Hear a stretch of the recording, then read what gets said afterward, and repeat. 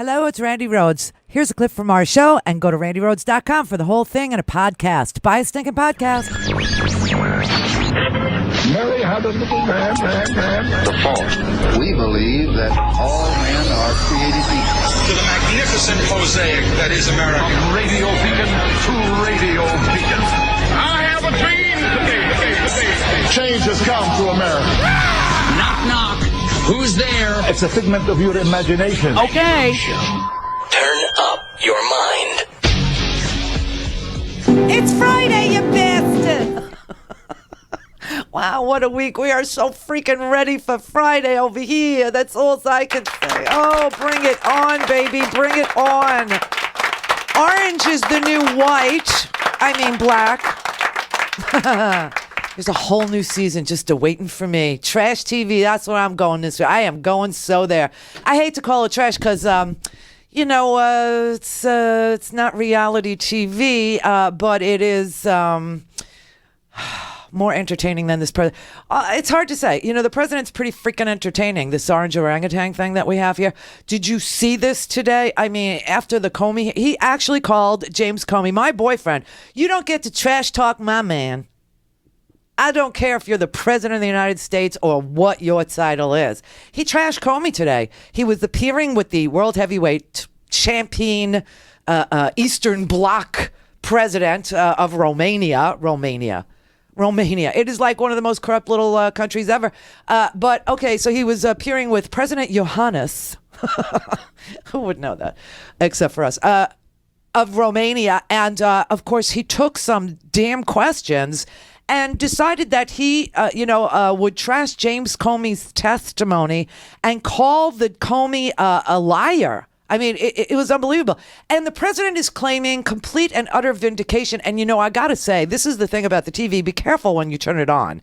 If it's not on Hulu or Netflix, if it's not on, HBO or something of this nature, and if it's just, kind of a cable-y channel, just know that you're not watching the same thing as your neighbors might be. It's very creepy. If you're watching Fox News, you think it's time to have a party this weekend because the president has been vindicated of obstruction of justice.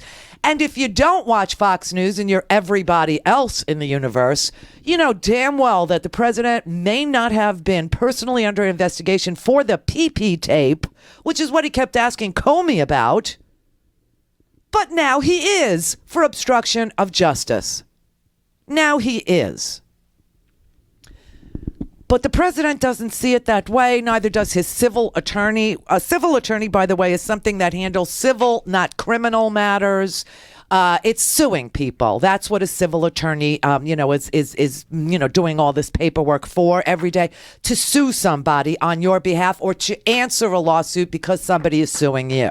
Like the fraudulent Trump University, that would be a civil suit. See what I mean? Although we think fraud is a crime. Not true. If you're suing for monetary damages, then it's a civil suit.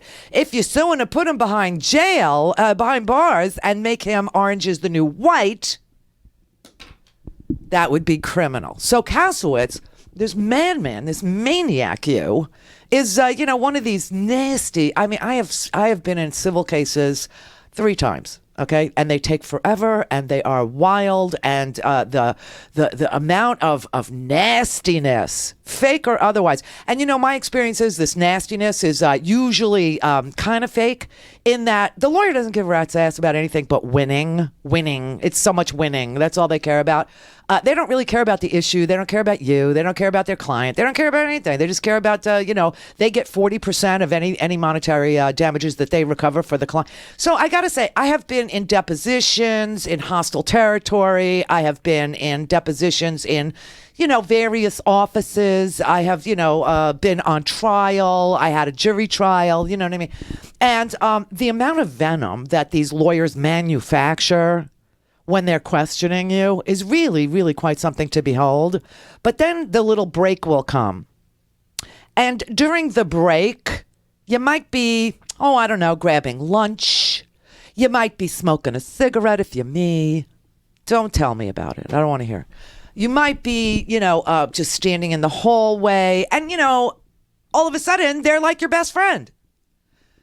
they'll talk to you about, trash TV. They'll talk to you about, so what do you watch on TV? Or, where did you get that dress? Or I really like your shoes. And I mean, they're not really, they're not that into, trash. So I got a funny feeling that Kasowitz is manufacturing all of this, talk that he get, because, they're not under oath. They can say whatever the hell they want. They can claim anything. They can say anything, and they will on behalf of their client. And then it's your job to disprove it. And that's where we come in. That's where we come in. Now, this is amazing because what Kasowitz said yesterday is that the Democrats made up this whole story about the Russia thing. This is what Kasowitz said. And Trump said it today, too, as an excuse because Democrats lost the election. Right? Right? Except Comey's testimony yesterday was there should be no fuzz about this whatsoever. The Russians, with a great deal of sophistication, dedication, and determination, hacked into our election systems. And, there is a girl named Reality Winner who just pleaded not guilty, but she supposedly had documents that clearly showed that the Russians did indeed get further in their endeavors than previously known. She just pleaded not guilty yesterday in court, which of course nobody paid attention to because my boyfriend was he was something, wasn't he? I remember the moment he came out yesterday. I went, there he is. Yeah, so nobody paid any attention, but this girl, Reality Winner, the 25-year-old girl in Georgia, she's accused of leaking classified information to the media that clearly shows that the Russians got even further than we thought in their attempts and their successes hacking the voter registration rolls and a software company that places the software in the freaking voting machines. So how in the hell do they still get to say that this was all in reaction to losing an election, that none of it actually happened? Right there, this president and his freaking lawyer, who's under no obligation to tell the truth, not the president, but the lawyer, Kasowitz, are lying to you. They are freaking lying. I thought it was the most important thing that Comey testified to yesterday was just how far, just how uninterested this president has always been about the hacking. There should be no fuzz on this whatsoever. The Russians interfered in our election during the 2016 cycle. They did it with purpose. They did it with sophistication. They did it with overwhelming technical efforts. And it was an active measures campaign driven from the top of that government. There is no fuzz on that.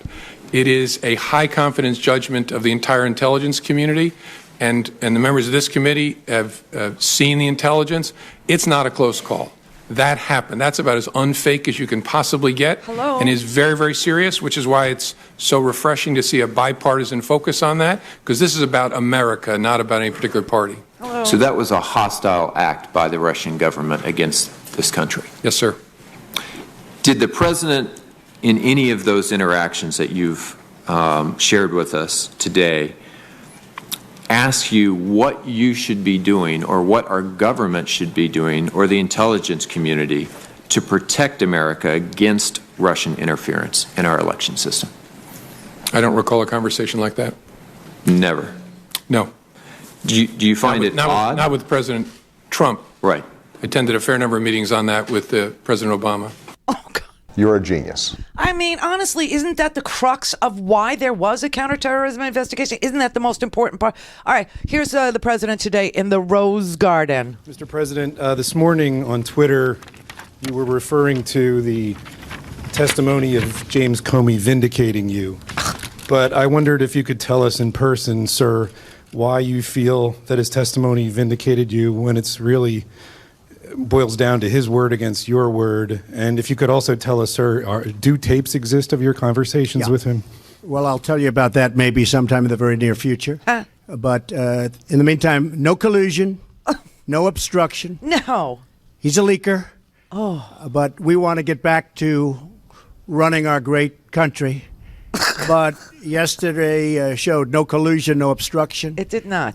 We are doing really well. That was an excuse by the Democrats who lost an election that some people think they shouldn't have lost because it's almost impossible for the Democrats to lose the Electoral College, as you know. Oh, my God. You have to run up the whole East Coast, and you have to win everything as a Republican, and that's just what we did. So it was just an excuse. But we were very happy. And frankly... You're happy the Russians hacked us. James Comey confirmed a lot of what I said. And some of the things that he said just weren't true. Thank you very much. What a douche. But it would be interesting to see. I will tell you this.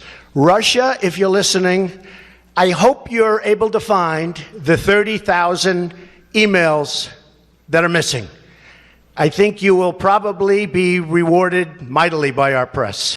Unfreaking believable. He invites them to hack. They hack. They're in the middle of a hack, actually, when he invites them to hack, but he doesn't think they're hacking hard enough. Hack some more. Give me some other emails. I want more emails. More. I love WikiLeaks. I love the WikiLeaks. What a douche. Now he's saying the hacks didn't even happen.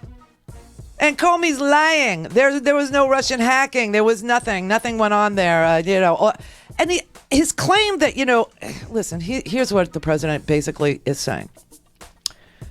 He cleared the room in the Oval Office, cleared the Attorney General, his son-in-law, the chief of staff, the whole room. He cleared the room just so he could say to James Comey, Michael Flynn is a very good guy. That's Trump's story, and he's sticking to it. And that the Russians never hacked us. We made up the hacking to explain away why the Democrats lost an election. Are you freaking syphilis? I mean, this is tertiary syphilis, really. It's the only explanation that you could come up with.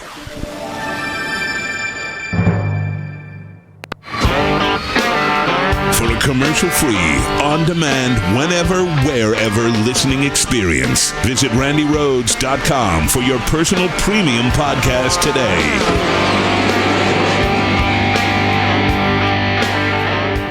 Hey, gold's on sale. Oh, yes, it is. Gold is priced well below its historic highs. You know the old investor saying, buy low, sell high? Well, stocks, they're selling at an all-time high. So now is a really, really great time to add a little gold to your portfolio. And all you got to do, call my friends at ITM Trading today at 1-888-OWN-GOLD and ask them for a free gold kit. Just learn about the different golden opportunities that are available through ITM Trading.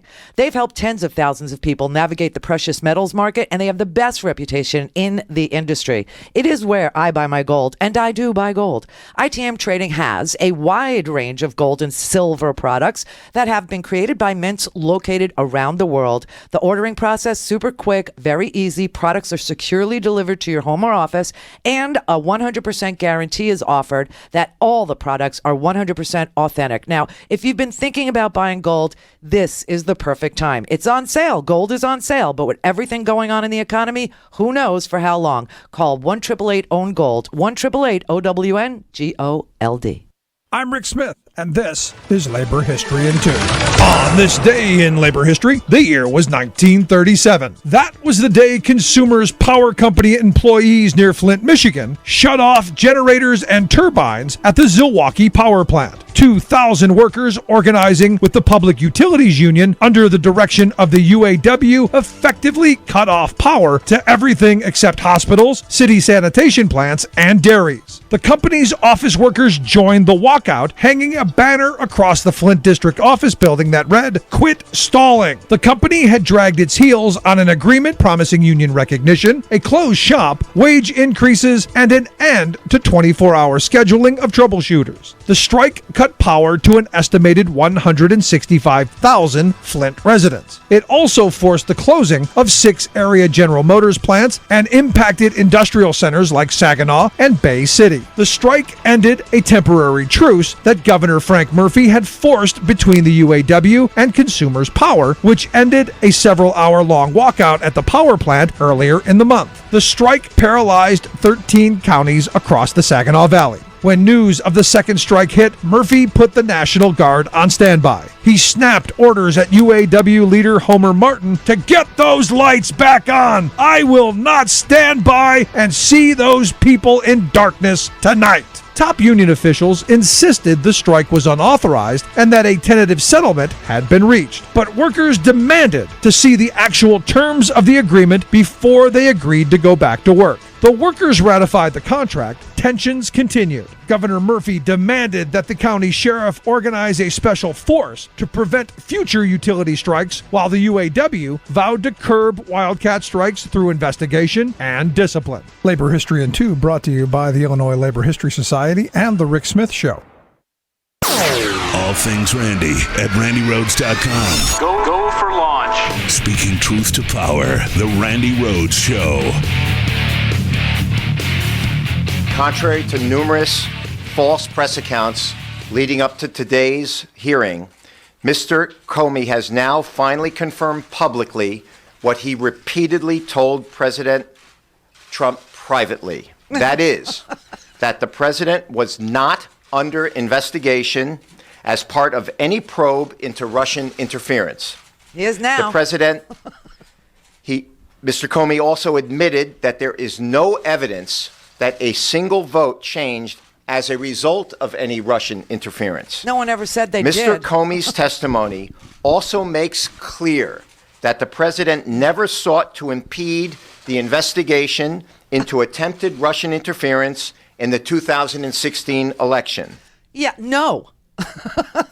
No, that is not what it shows. First of all, here he is saying things that nobody ever said, which is really interesting. But what you going to do when Donald Trump is your client, right, Mr. Kasowitz? It is an amazing thing to watch a civil attorney, a civil guy, try and get involved in government business. None of what he said, Comey said, none of it. And nobody ever said that any votes were changed by the Russians. What was widely reported and what continues to be reported and investigated is whether or not, well, now it's a slam dunk now that the Russians interfered in our elections, that they hacked voter registration rolls and they attempted to get into voter registration rolls in over 20 states. We know so far that they've been successful in at least 4. We know that they were putting out fake news that they had, for some strange reason, the IP addresses of likely Hillary Clinton voters, and they were targeting those people's computers through their Facebook feeds with information that would suppress the desire to vote for Hillary Clinton. We know that there was a vast data campaign that was run out of 2 different places. We know there were trolls in St. Petersburg, Russia. There was an entire a building full of Russian trolls who were influencing the way people thought about Donald Trump and Hillary Clinton in our election. They were tweeting. They were sending out fake news. They were using bots to retweet tweets. Some people were able to tweet 1,000 tweets a minute with these bots in St. Petersburg, Russia. What is Mr. Kasowitz talking about? Well, it doesn't really matter because he's Trump's civil attorney. And they say anything. Better call Saul. That's who he is. Now, today in the Rose Garden, Trump says, and this is really where we are now, okay? Here, if you're a Trump supporter, you think Comey has done something illegal. That Comey is now the subject of an investigation because Comey took his own personal notes of non-classified thoughts that he had and gave it to a law professor who is a friend of his who also served in government. I really doubt very much that these 2 legal minds would have done anything to violate the law. I just don't. I mean, it didn't happen. But now they're trying to make Comey the subject of the conversation, which is just, misdirection and, hey, look at the small shiny object. But they're trying to say that it's Comey's word against Donald Trump's word. Donald Trump is insinuating there might be tapes. He'll let you know. And so if that's the case, 2 things have to happen. Trump must declare whether there are tapes and he has to release them. And if he doesn't, they must be subpoenaed. That's just a slam dunk. There's no there's no if the tapes have to be subpoenaed if they exist. That's just. And the other thing is Trump must testify under oath. Now, we know next Tuesday, Jeff Sessions was going to be in front of, and this is like a low this is like a stupid little visit he was making to the Senate. Jeff Sessions was going to go for a very routine check-in with a subcommittee of the Appropriations Committee. So you see how small an incident that was going to be? I mean, he was supposed to go and give a little bit of a dog and pony show about what the Justice Department was spending on and what it needed and, how it was fixed for dollars and blah, blah, blah, to a subcommittee of the Appropriations Committee. And now, next Tuesday, all eyes will be on this little subcommittee of the Appropriations Committee because Jeff Sessions will be sworn and he will be under oath. And it seems like there was some reportage yesterday after the closed session that Comey attended. After we got to see the open, he went to a closed, and in the closed, he said that the reason why he couldn't speak openly about Jeff Sessions and how the career professionals at the Justice Department understood that they couldn't talk to Jeff Sessions about this investigation because Jeff Sessions was a subject of this investigation is because they knew he lied on his clearance application. They knew he lied under oath to the Senate when he was being confirmed, to Al Franken specifically, as you'll remember. And they think that there was another communication that he had at the Mayflower Hotel in Washington, D.C., when Kislyak was a featured speaker, that Sessions met with him privately after that.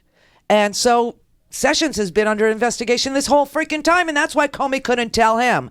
But Comey did brief his whole staff every moment, every minute of the way, every incident he had. He was briefing his staff. He was briefing the Justice Department's counsel. He was briefing senior Justice Department officials. He just couldn't tell Sessions because Sessions was under investigation too. This tells you that we have problems that are so deep in the system with this loyalty crap that and we had it since Bush, to tell you the truth. I remember there was an agent at the FBI who testified under oath when Bush was president that she had taken an oath to the president. And the entire Judiciary Committee was just shocked and appalled by her answer and said to her, I call her Agent Darling because she's a private citizen now, and why bring it up? But, Agent Starling there, Dr. Lecter, Dr. Lecter, Dr. Lecter, Dr. Lecter. Yeah, her. She actually testified that she took an oath to the president, not to the Constitution. This seems to be an ongoing problem that the president, the attorney general, the Ashcrofts, well, not the Ashcrofts, but the Gonzaleses, the presidents, that they seem to want loyalty from their people to them. Not to uphold the laws, not to faithfully, tell the truth, the whole truth, and nothing but the truth, so help them God. Not to defend and protect the Constitution from all enemies, foreign and domestic, to the president. And it's very sick, and it's very twisted. And, when you don't have a functioning justice system, what you have is injustice. Anyway, here's the rest of the president today in the Rose Garden. They asked him, Mr. President, will you be sworn? Because this is really what has to happen now. If there are tapes, he needs to release them, and he has to be sworn, and he has to be placed under oath and questioned in public.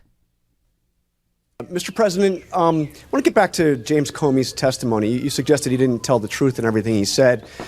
He did say under oath that you told him to let the Flynn, you said you hoped the Flynn investigation you could let. I didn't say that. So he lied about that. Well, I didn't say that. I mean, I will tell you, I didn't say that. And did he ask you to pledge his And there'd loyalty? be nothing wrong if I did say it, according to everybody that I've read today. But I did not say that. And did he ask for a pledge of loyalty from you? That's another thing he said. No, he did not. So he said those things under oath. Would you be willing to speak under oath to give your version of those events? 100%. I didn't say under oath. I hardly know the man. I'm not going to say, I want you to pledge allegiance. Who would do that? Who would ask a man to pledge allegiance under oath? I mean, think of it. I hardly know the man.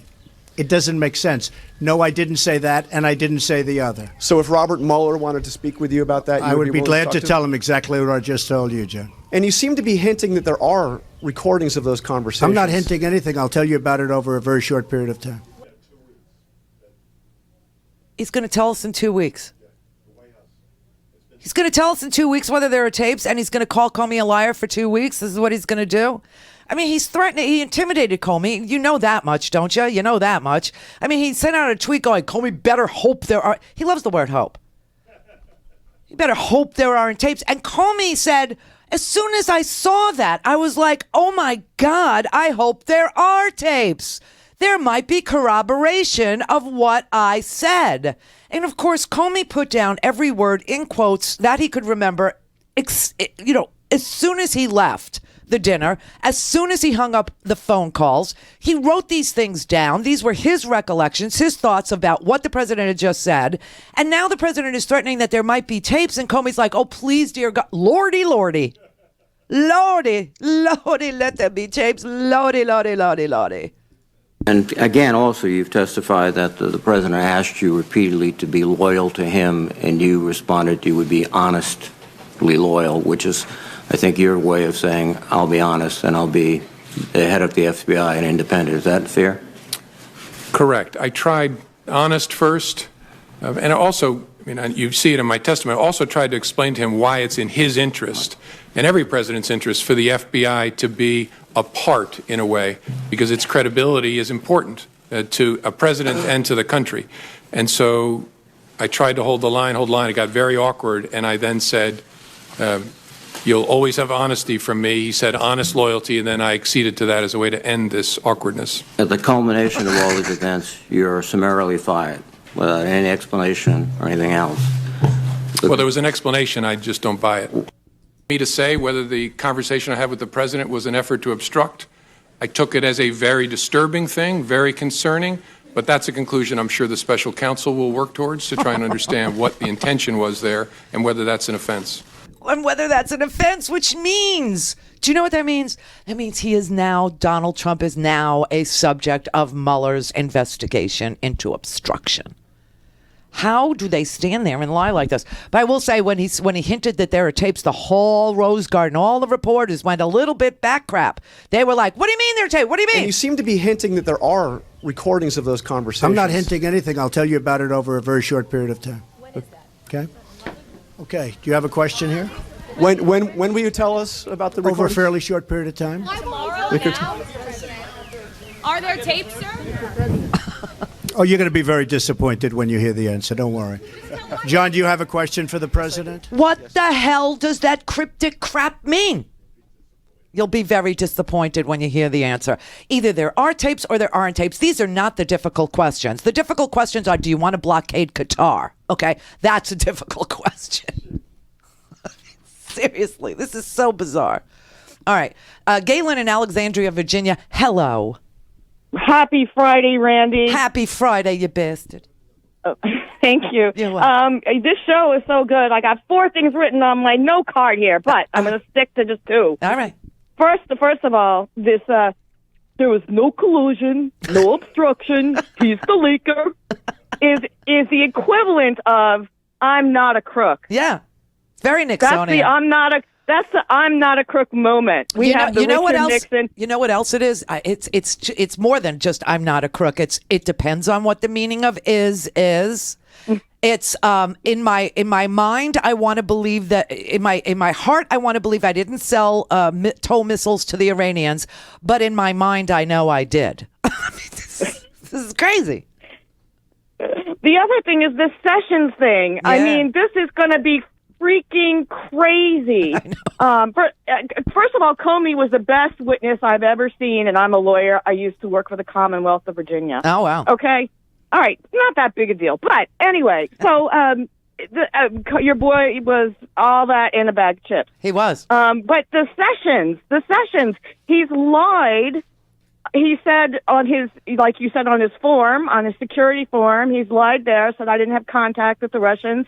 He's lied in front of the Judiciary Committee. My understanding from what I've been reading is that they probably have some communications between Kislyak and the Home Office in Moscow saying what went on at that Mayflower meeting.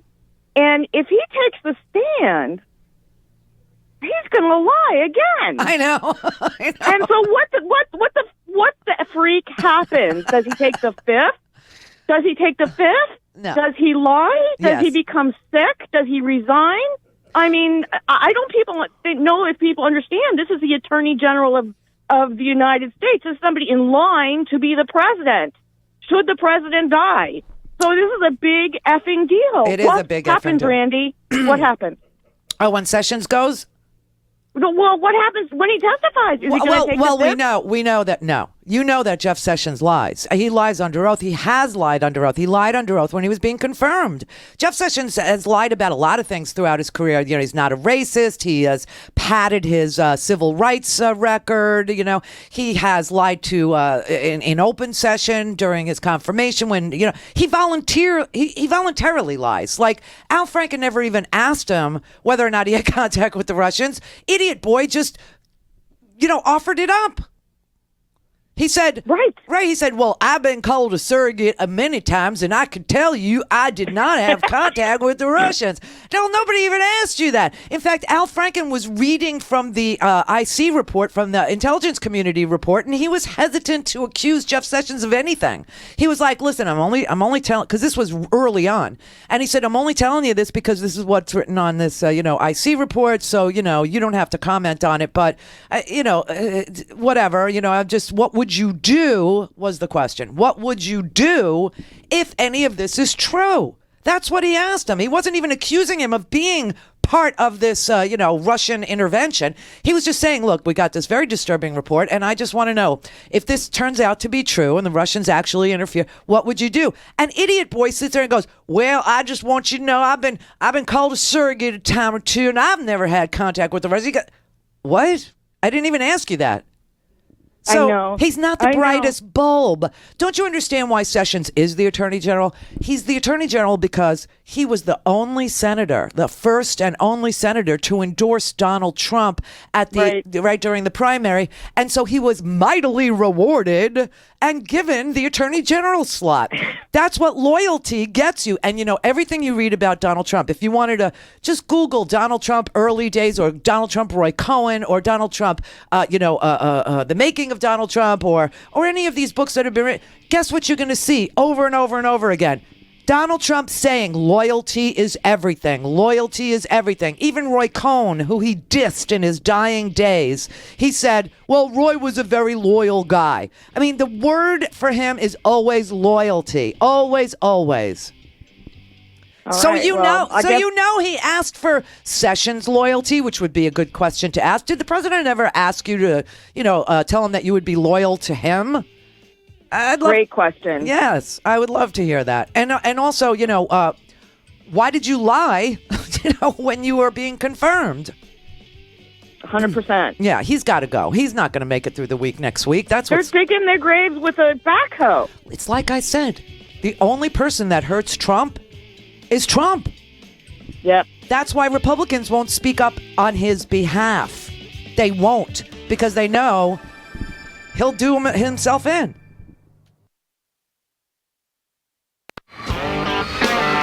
For a commercial-free, on-demand, whenever, wherever listening experience, visit RandiRhodes.com for your personal premium podcast today.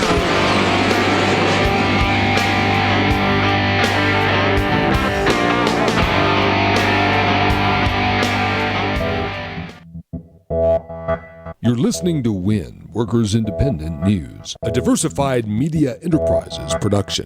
I'm Doug Cunningham.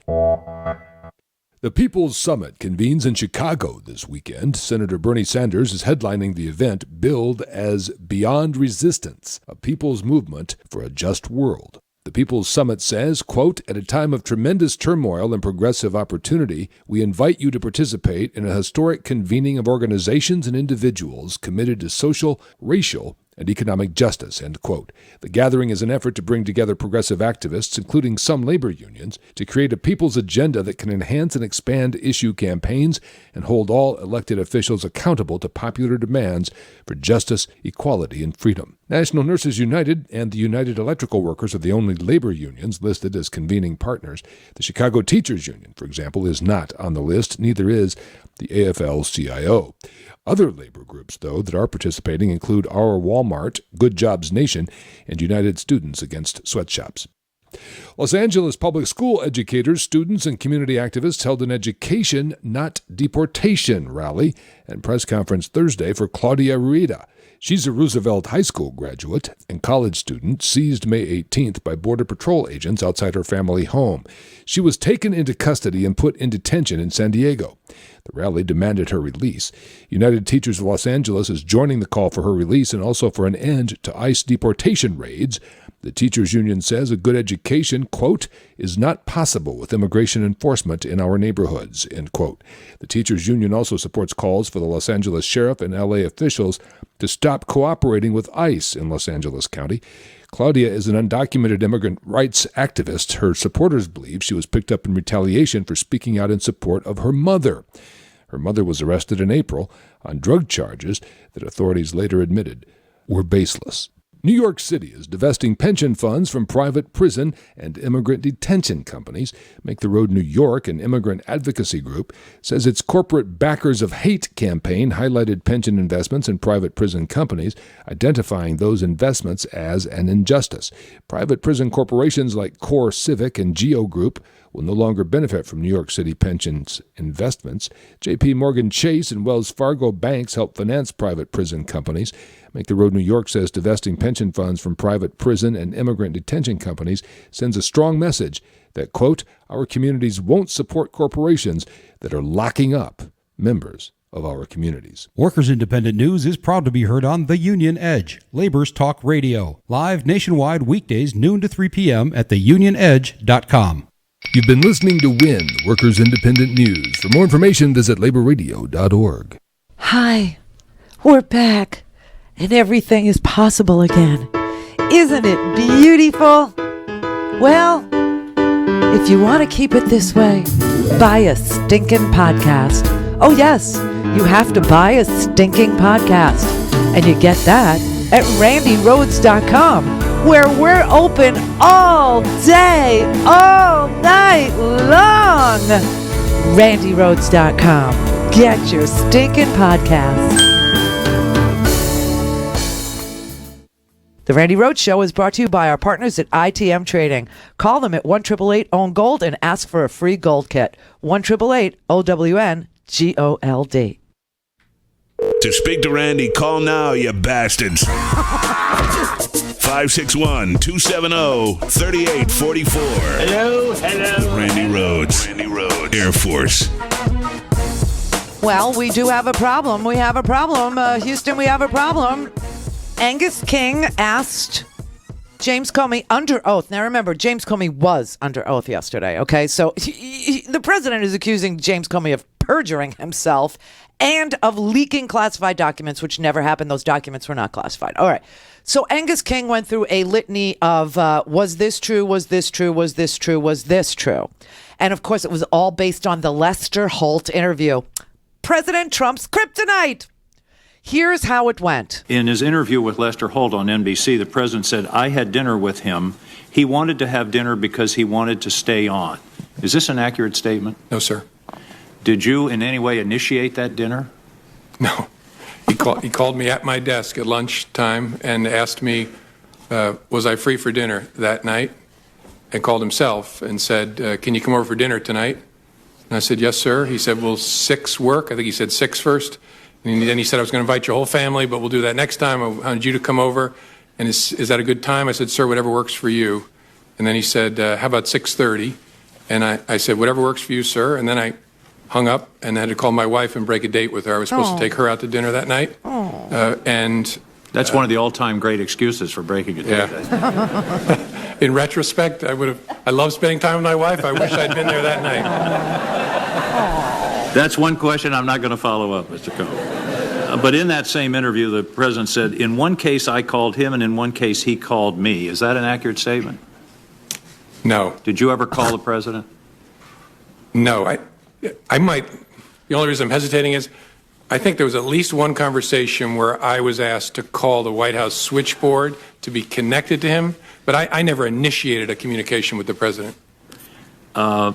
And in his press conference on May 18th, the president was asked whether he had urged you to shut down the investigation into Michael Flynn. The president responded, quote, no. Next question. Right. Is that an accurate statement? I don't believe it is. So James Comey's just sitting there lying his ass off just because he can, right? As a private citizen, he decided he would go get sworn so he could lie about all this crap that the president said to Lester Holt. Look, he's a showboat. He's a grandstander. The FBI has been in turmoil. You know that. I know that. Everybody knows that. You take a look at the FBI a year ago. It was in virtual turmoil. What is he talking about? It hasn't recovered from that. But regardless of recommendation, I was going to fire Comey. Let me ask you about your termination letter to Mr. Comey. You write, I greatly appreciate you informing me on 3 separate occasions that I am not under investigation. Why did you put that in there?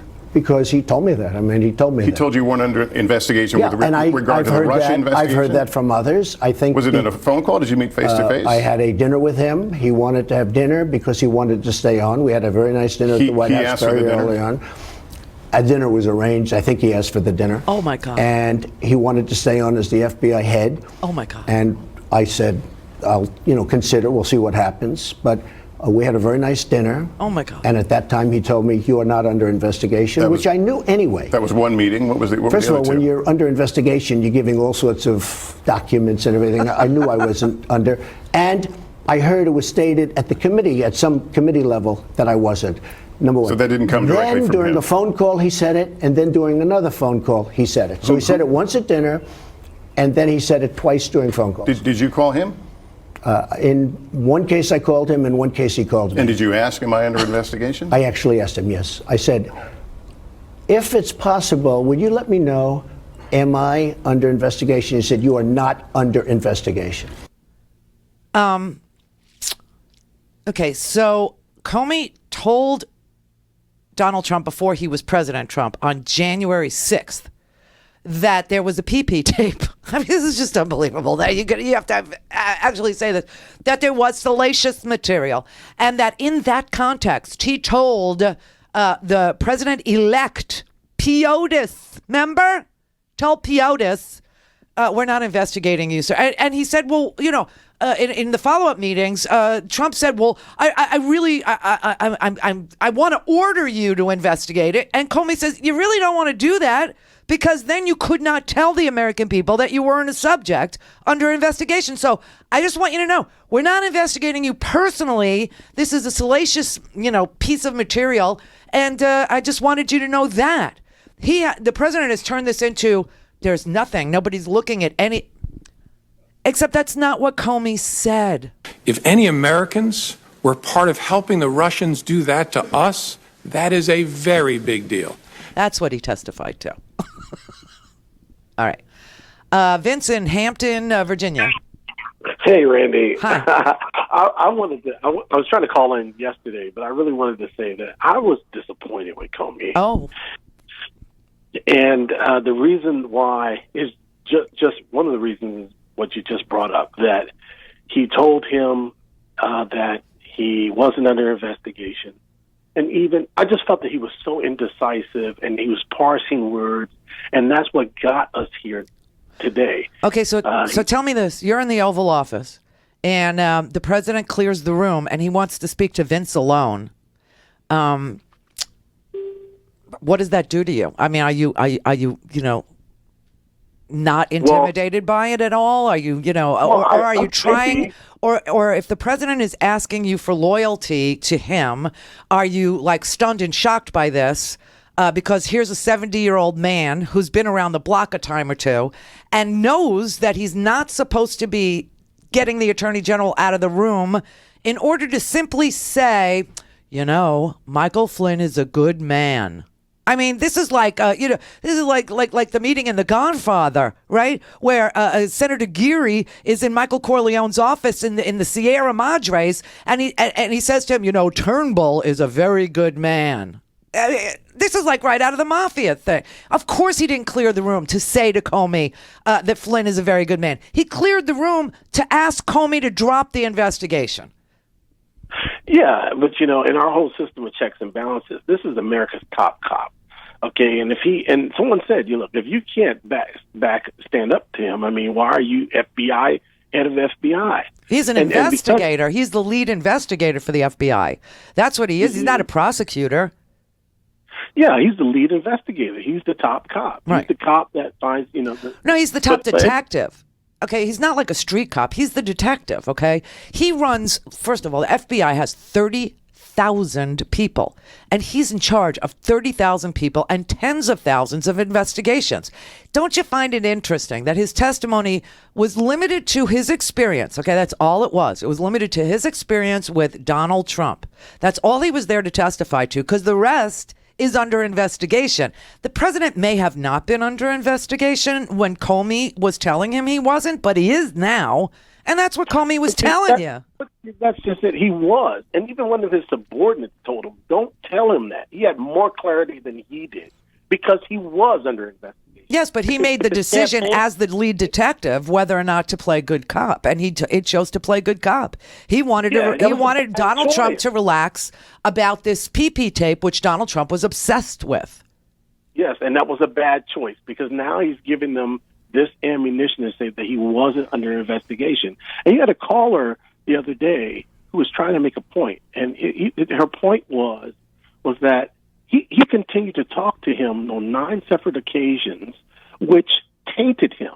And what she was trying to say was he had enough clarity to see that when Bill Clinton went to talk to Loretta Lynch, that he tainted her on that one occasion. Right.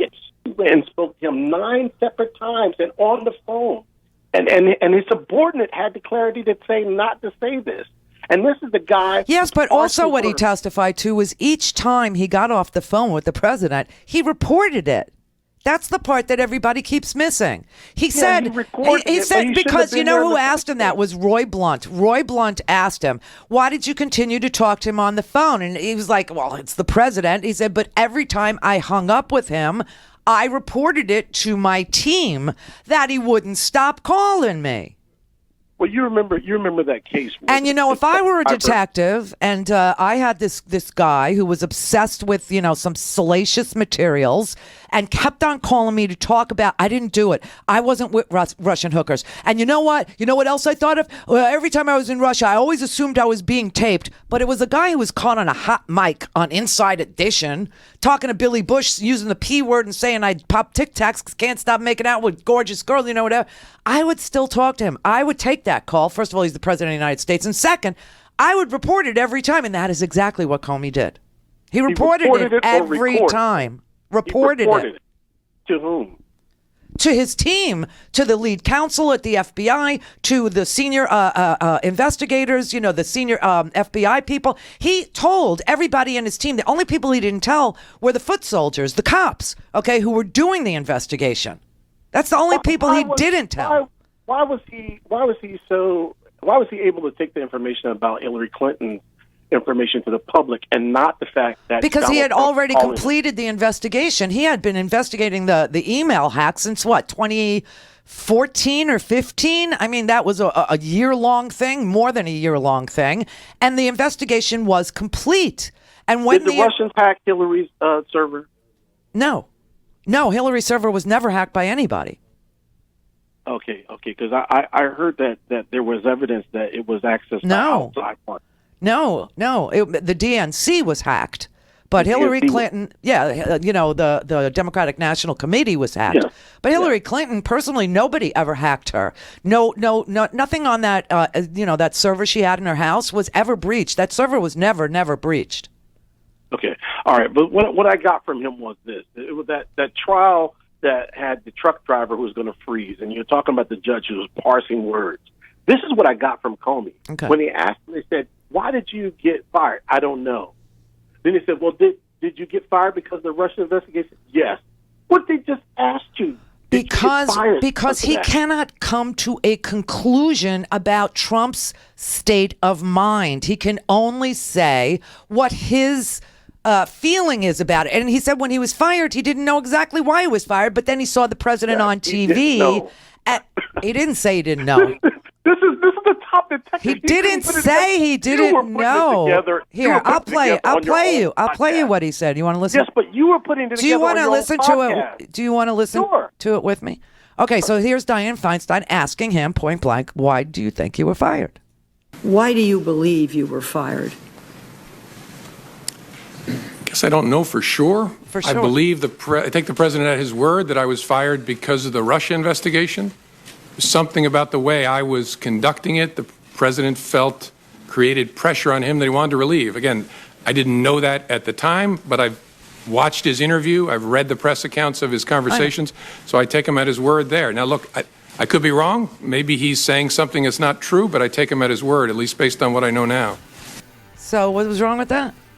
Yeah, that He's under oath. You're under oath, and if you don't know for sure, what the president had in his head, and you only read it in tweets or you only saw it after the fact, that's all you can testify to.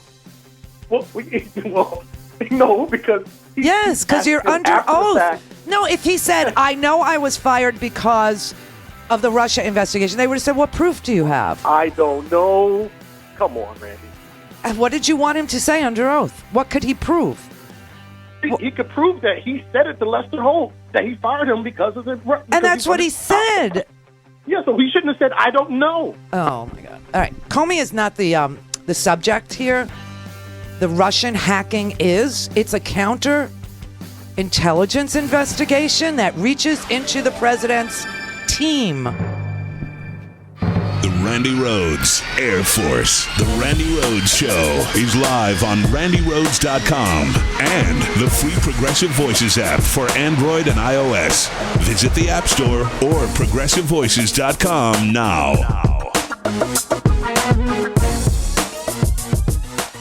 Now, the top of the hour on the Progressive Voices channel on TuneIn presents the Green News Report. We are one canoe, one island, one planet.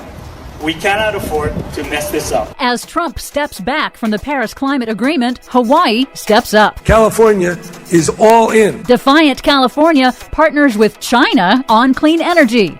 Switching from coal to solar would save 52,000 lives a year. Plus, rooftop solar will shine again in Nevada after spending nearly 2 years under a dark cloud. Elections have consequences. Nevada Democrats reverse anti-solar regulations. All of that good news and more straight ahead from BradBlog.com. I'm Brad Friedman. And I'm Desi Doyen. Stand by for 6 minutes of independent green news, politics, analysis, and snarky comment. Is it hot in here, or did I just pull out of the Paris Accord? Zabinga! This is your Green News Report.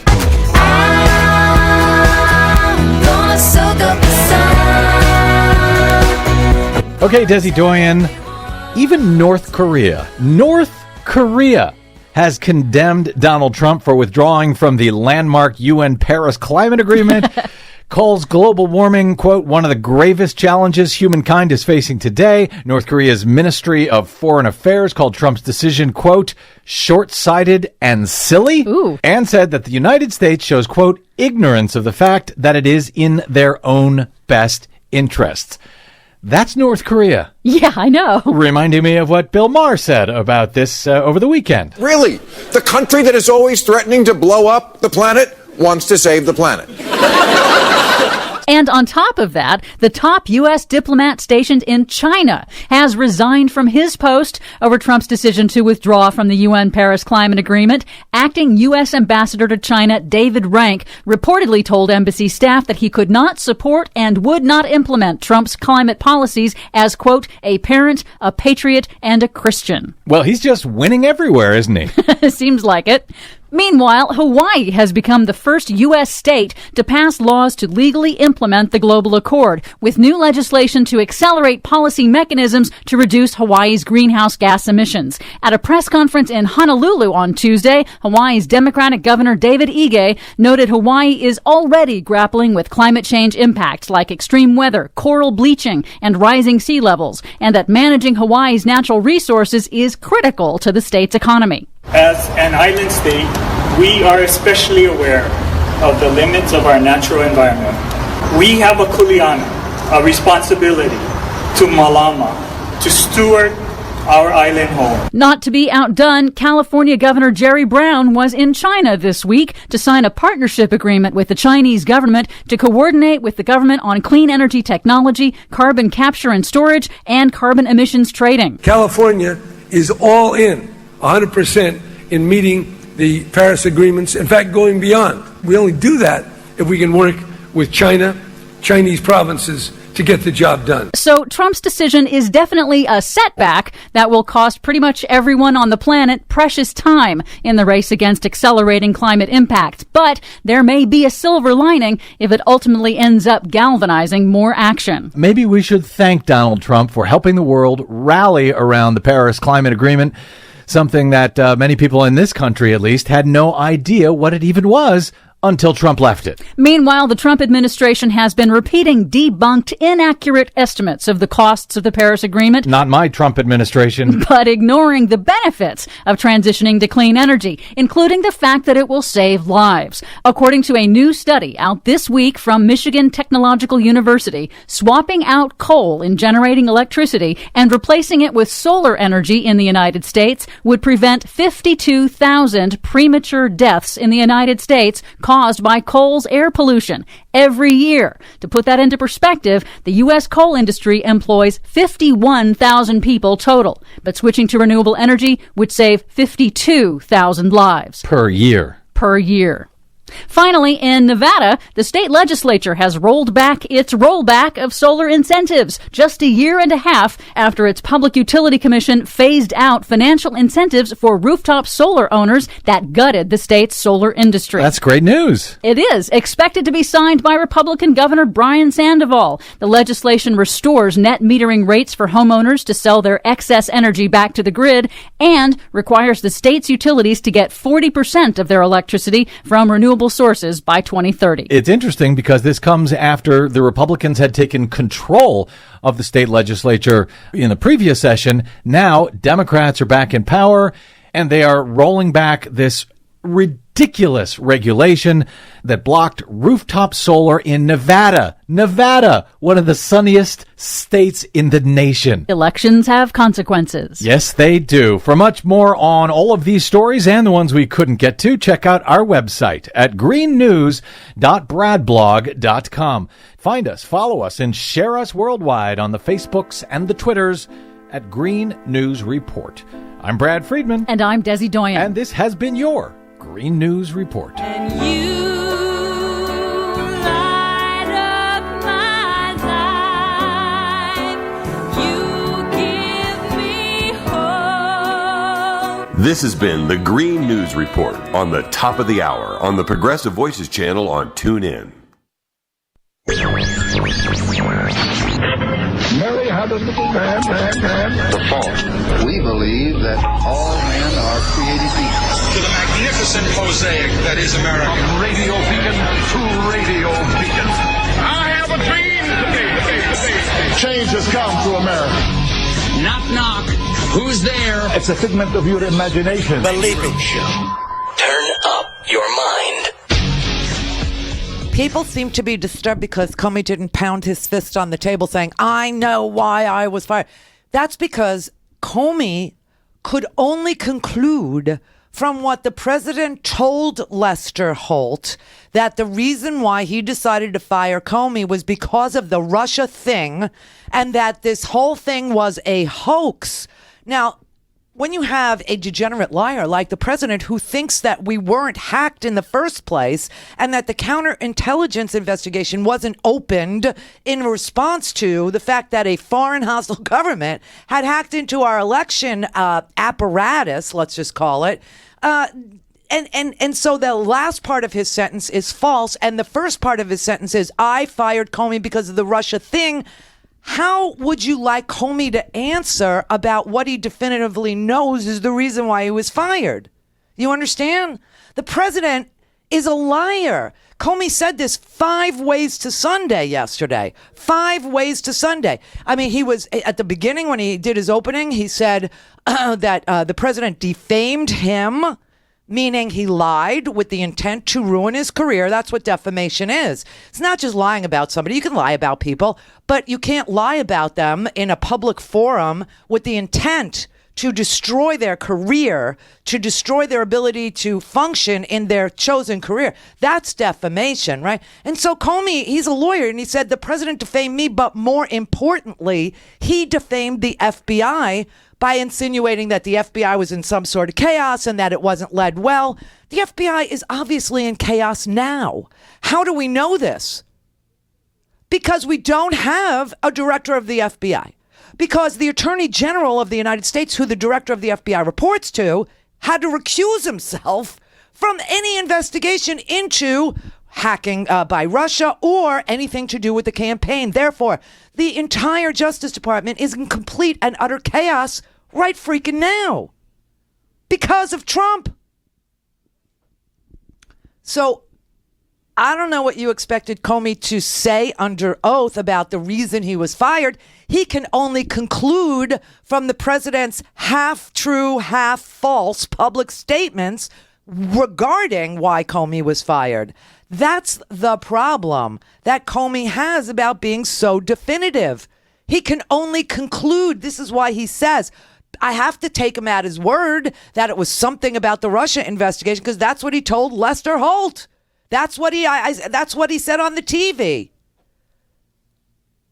Now, he was asked by everyone who cared to know by Dianne Feinstein. I want you to listen to Dianne Feinstein again. And then I'm going to play you the Jack Reed of Rhode Island question about why do you think you were, because people wanted to hear what he was going to say. And he keeps on saying, well, I don't know for sure. I can only take him at his word, which, you know, he's already called the president a liar 5 different times. And so he's trying to tell you, I can only give his words so much credence. You can only put so much value in what the president says because the president is a liar. Why do you believe you were fired? I guess I don't know for sure. I believe I take the president at his word that I was fired because of the Russia investigation.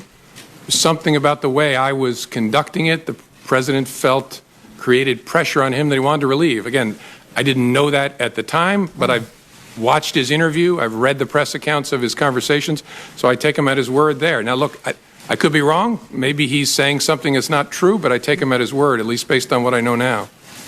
Talk for a moment about his request that you pledge loyalty and your response to that and what impact you believe that had. I don't know for sure because I don't know the president well enough to read him well. I think it was, first of all, our relationship didn't get off to a great start given the conversation I had to have on January 6th. This was not, this didn't improve the relationship because it was very, very awkward. He was asking for something and I was refusing to give it. But again, I don't know him well enough to know how he reacted to that exactly. So he's telling you everything. He's telling you everything he can tell you. He's telling you he can't tell you what the president was doing in his head because the president lies so much, which Comey had already testified to, saying he defamed me. More importantly, he defamed the FBI. I started making notes because I knew I believed he was going to lie about this stuff. And so that's why I started making notes. When the president called, I would report it to, my staff. I would report it to senior officials. I would report it to the FBI counsel. Every time I hung up with him, I would report that he called me again. I asked Jeff Sessions to tell him to stop calling me. And, Jeff Sessions looked at me and made this face like, what do you want me to do? And so Comey knew he was dealing with a world heavyweight champion liar. And so what do you want him to testify to? The veracity of the president's word in this case, but not in that case? He couldn't do it. So he was saying, I can only go by what he said on the TV. Do you believe that you were fired because you refused to take the president's direction? Is that the ultimate reason? I don't know for sure. I know I was fired. Again, I take the president's words. I know I was fired because of something about the way I was conducting the Russia investigation was in some way putting pressure on him, in some way irritating him, and he decided to fire me because of that. You see, he keeps saying that over and over again, and that's why it's important that you watch this very, very carefully more than once. Now, I've probably seen it 15, 20 times because I have to edit it, right? And I'm not done with it. I was just editing before the show. I was editing the cross-examination of Roy Blunt from Missouri, where Comey tells him that, he was reporting it every time the president, phoned him. He would get off the phone and he would report it to the senior staff at the FBI. Tell each and every person that was at his level, he keeps calling me. I can't get anybody to stop him from calling me. This is completely, bizarre and inappropriate. Okay, so, and then the president decided to go out into the Rose Garden with, President Iohannis of Romania and call Comey a liar. So, I didn't finish. But I'm telling you, you got to watch these things more than once. You have to listen for the consistency in that testimony by Comey. He cannot testify under oath that he knows definitively why the president fired him, because he doesn't. Nobody does. You only know the crap that the president says. And Comey has testified 5 different times to 5 different people that the president is a freaking liar. On May the 9th, when I learned that I had been fired, for that reason, I immediately came home as a private citizen. But then the explanations, the shifting explanations, confused me and increasingly concerned me. I'm going to stop it here and then we're going to play this again. Okay, the whole thing. He said he came home as a private citizen. He didn't know why he was fired. And then he started to hear the explanations as we did. And the first explanation he heard had to do with the way he handled the Hillary Clinton investigation that Rod Rosenstein wrote, that Jeff Sessions wrote as a recused attorney general on all issues Russia. Jeff Sessions still wrote a memo that the president said gave him the confidence that he needed, that Comey had to go. And then the president shifted that explanation. He went on Lester Holt and he said it was the Russia thing. He just said the Russia thing, that it's a hoax, that we were never hacked. And then he had the Russians in his office. And that day he told the Russians, and there was a court reporter, there's somebody that takes notes of the official conversations that happen between us and foreign dignitaries in the Oval Office. And the notes from that meeting say that Trump told the Russians Comey was a nut job. And that's why he was fired. So what do you want Comey to say? He doesn't know. The explanations for why he was fired keep changing. It's as if, okay, imagine you were fired. Imagine you were fired and your boss says, I'm letting you go because we're having a cash crunch and we just can't afford to keep you on anymore, whatever it is. And then the next day you read in the newspaper that you were fired because you're a nut job and your boss thought you were a nut job all along. And then your boss goes on television and says, no, he was fired not just because he's a nut, but because he wouldn't pledge loyalty to me, or because everything that person did had nothing to do with our business anyway. They were just, chasing rabbits down holes. Everything that they were looking into was hoaxes. They couldn't tell the truth from reality from the fake universe. It makes no sense. So how could Comey know why he was fired? How could he know? He can't. On May the 9th, when I learned that I had been fired, for that reason, I immediately came home as a private citizen. But then the explanations, the shifting explanations, confused me and increasingly concerned me. They confused me because the president and I had had multiple conversations about my job, both before and after he took office. And he had repeatedly told me I was doing a great job and he hoped I would stay. And I had repeatedly assured him that I did intend to stay and serve out the remaining 6 years of my term. He told me repeatedly that he had talked to lots of people about me, including our current Attorney General, and had learned that I was doing a great job and that I was extremely well liked by the FBI workforce. So it confused me when I saw on television the president saying that he actually fired me because of the Russia investigation, and learned again from the media that he was telling privately other parties that my firing had relieved great pressure on the Russia investigation. That's the Russians. I was also confused by the initial explanation that was offered publicly that I was fired because of the decisions I had made during the election year. Hillary. That didn't make sense to me for a whole bunch of reasons, including the time and all the water that had gone under the bridge since those hard decisions had had to be made. That didn't make any sense to me. And although the law required no reason at all to fire an FBI director, the administration then chose to defame me and, more importantly, the FBI by saying that the organization was in disarray, that it was poorly led, that the workforce had lost confidence in its leader. Those were lies, plain and simple. Look, and I am so sorry that the FBI workforce had to hear them, and I'm so sorry that the American people were told them. Turmoil. You know that. I know that. Everybody knows that. You take a look at the FBI a year ago. It was in virtual turmoil less than a year ago. Okay, so that's all. I don't know what you wanted him to say, because he can't know the answer to the question, why were you fired? How could he possibly know? The explanations for why he was fired change like you change your panties. Hopefully. Every day. Every day it changed. One day it was because of the way he handled the Hillary Clinton investigation, which confused Comey. The next day, it was because the FBI was in turmoil under Comey and that the staff didn't like him and that everybody knew it was chaotic over there. That made no sense because that was untrue as well.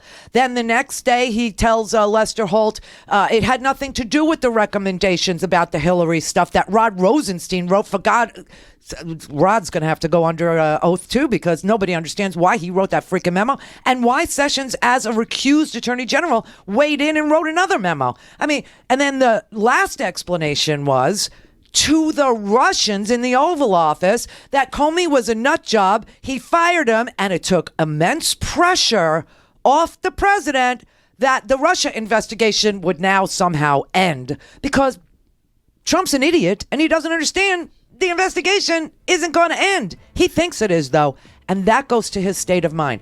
But Comey can't testify about why he was fired definitively because there were so many reasons given.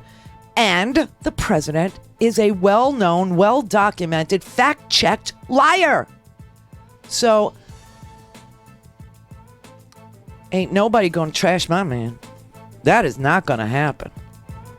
You have to listen to this over and over and over again. You have to actually give yourself another 2 hours this weekend and watch this testimony again to hear the consistency, or get a podcast, because when I play these clips all in a row, you'll hear Comey is completely and totally consistent with the answer to an unknowable answer to the question, why were you fired? It's unknowable until the president is sworn and says. For a commercial-free, on-demand, whenever, wherever listening experience, visit RandiRhodes.com for your personal premium podcast today.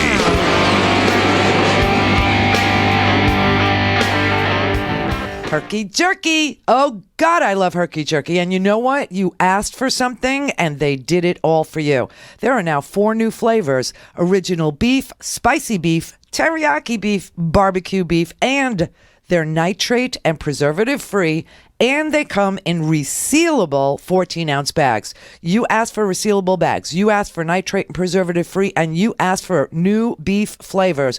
You got it all 3. These are tender small strips. I love these, but I do also love the existing mild and hot beef jerky. That's the initial love affair that I had with herky jerky, and those are still available for customers who prefer that style. But these 4 new flavors, the original beef, the spicy beef, the teriyaki beef, and the barbecue, they're delicious too. And they are great Father's Day gifts. And for the month of June, $5 off every pack of the new beef jerky. The whole month of June, just use promo code BEEF. Go to herkyjerky.com now and give Dad something great for Father's Day. Tales of American Political History with Clinton Porter Hackney. We've been talking about one of the most famous American diplomats in American history, Dr. Henry Kissinger. Kissinger's family had brought him to New York fleeing Hitler's Nazi persecution in 1938, and he went on to become a top foreign policy advisor to American presidents.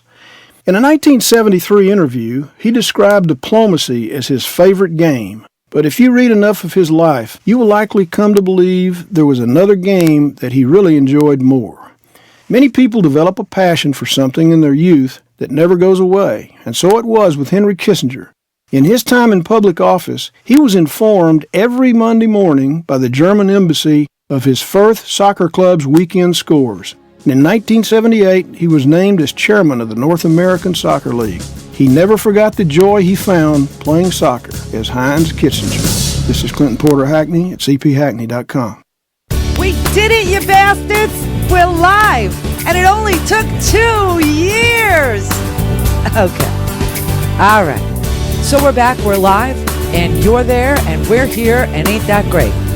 Now let me just tell you that if you want to listen whenever and wherever you'd like to listen, just go to randyrhodes.com, click on podcasts and swag, and get your podcast commercial-free, on demand, on any device.